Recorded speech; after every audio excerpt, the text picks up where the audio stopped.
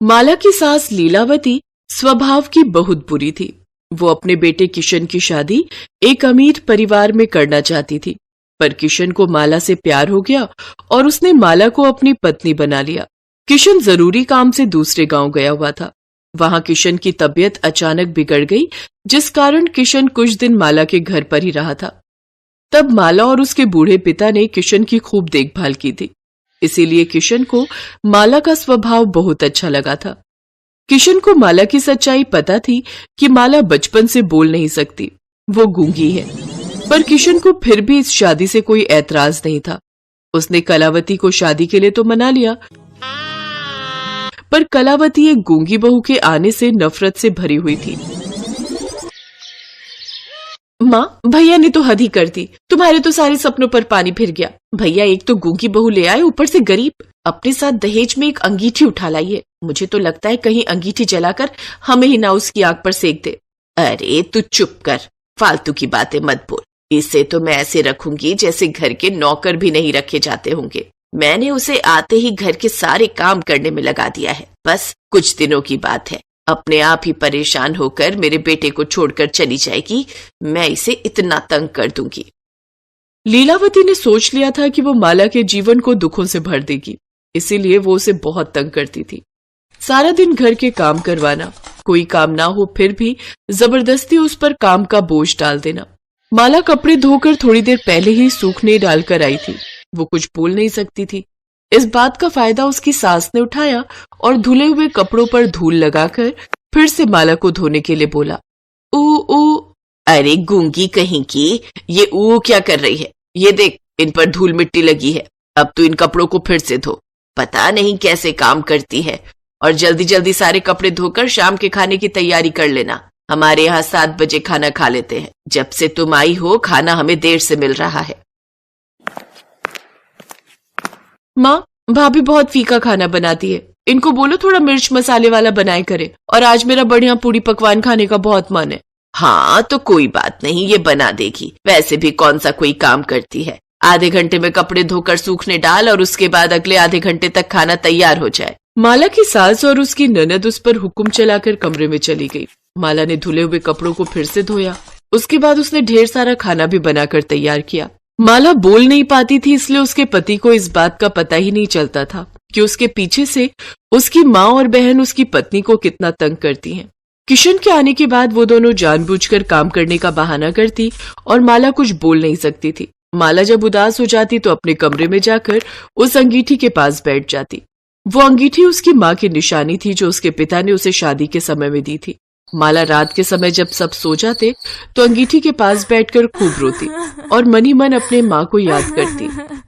माँ, मैंने तो कभी किसी का बुरा नहीं चाहा। मैं तो सबको बहुत प्यार करती हूँ। मैं माँ जी की भी बहुत इज्जत करती हूँ, पर वो मुझसे कभी भी ठीक से बात नहीं करती। हमेशा मेरे साथ बुरा बर्ताव करती है। काश मैं बोल पाती तो मेरे साथ ये सब ना होता। माँ, मैं क्या करूँ? माँ, मैं तुम्हें बहुत याद कर रही हूँ। माला फूट फूट कर रोने लगती है। तभी अंगीठी में से तेज रोशनी निकलने लगती है और अचानक अंगीठी की रोशनी से माला की माँ की आत्मा प्रकट होती है। माला, रो मत मेरी बच्ची, मैं तुझे अपनी शक्तियों से आवाज दूंगी। अब तू गूंगी नहीं रहेगी, अब तू बोल पाएगी, अन्याय के खिलाफ लड़ पाएगी। याद रख बेटी, अन्याय करने वाले से ज्यादा अन्याय सहने वाला गलत होता है। मेरी बेटी बहुत बहादुर है और मैं जानती हूँ वो अपने खिलाफ अन्याय का सामना जरूर करेगी। मुझे माँ कहकर पुकारो बेटी, देखो तुम बोल पाओगी। माँ, माँ, मैं बोल सकती हूँ माँ, आपने तो ये जादू कर दिया। अब मैं बोल पाऊंगी माँ। तुम्हें कभी भी कोई तकलीफ हो तो मुझे याद करना, मैं तुम्हारी मदद के लिए जरूर आऊंगी। माला अपनी माँ के गले लग जाती है और उसकी माँ की आत्मा वापस अंगीठी में गायब हो जाती है और वो जादुई अंगीठी फिर से एक बार साधारण अंगीठी बन जाती है। अगले दिन जब सब सोकर उठे तो उन्होंने माला को बोलते हुए देखा। माला ने सब सच बता दिया। माला, मैं बहुत खुश हूँ कि तुम बोल सकती हो। हाँ, मैं अब बोल पाऊंगी। अब मैं खूब बातें करूंगी। माँ जी सुने ना, देखो मैं बोल सकती हूँ। माला के बोलने की बात सुनकर किशन तो बहुत खुश था, पर माला की सास और ननद दोनों अंदर ही अंदर जलन से भर गई। माँ, अब तो भाभी बोलने भी लगी है। अगर इन्होंने भैया को हमारी शिकायत कर दी तो फिर तो हम दोनों की खैर नहीं। कहीं ऐसा ना हो इसके बहकावे में आकर भैया हम दोनों को घर से निकाल दे। तुम्हें कुछ करना पड़ेगा माँ। इसका अब एक ही रास्ता है, हमें उस अंगीठी को ही नष्ट करना होगा। जिस जादुई अंगीठी से इसकी आवाज आई है, हो सकता है उस अंगीठी को तोड़ने से इसकी आवाज वापस चली जाए। हाँ माँ, तुम ठीक कह रही हो। माँ, ये सब किया धरा इसकी माँ की उस जादुई अंगीठी का है जो ये अपने साथ लाई थी। चलो माँ, हम उसकी अंगीठी को तोड़ देते हैं।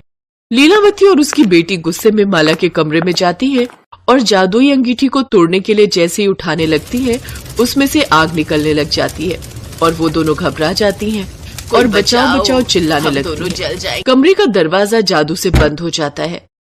अरे ये दरवाजा कैसे बंद हो गया? कोई बचाओ, हम दोनों जल जाएंगे, कोई बचाओ। आवाज सुनकर माला दौड़ती हुई कमरे के पास आती है। तब तक किशन भी घर आ चुका था।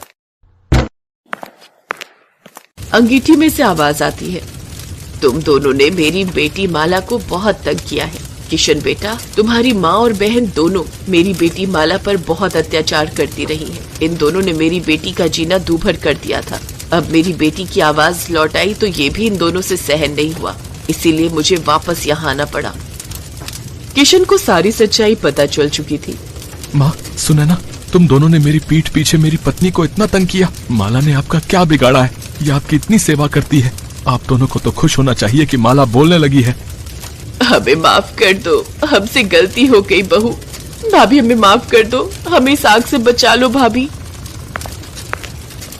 माँ आप शांत हो जाओ, अपना गुस्सा शांत करो। माँ इन्हें माफ कर दो। माला के कहने पर उसकी माँ की आत्मा शांत हो जाती है और अंगीठी की आग बुझ जाती है। हम वादा करते हैं बहू, हम तुझे अब कभी तंग नहीं करेंगे।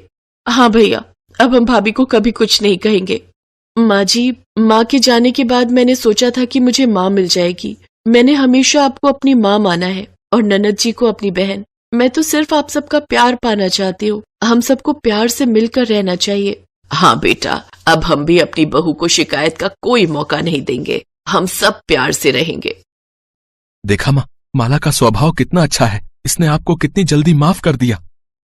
हाँ बेटा, अब हम भी अपनी बहू को शिकायत का कोई मौका नहीं देंगे। हम सब प्यार से रहेंगे। उस दिन के बाद माला की सास और ननद ने अपने व्यवहार को बदल लिया और अब वो माला के साथ प्यार से रहने लगी।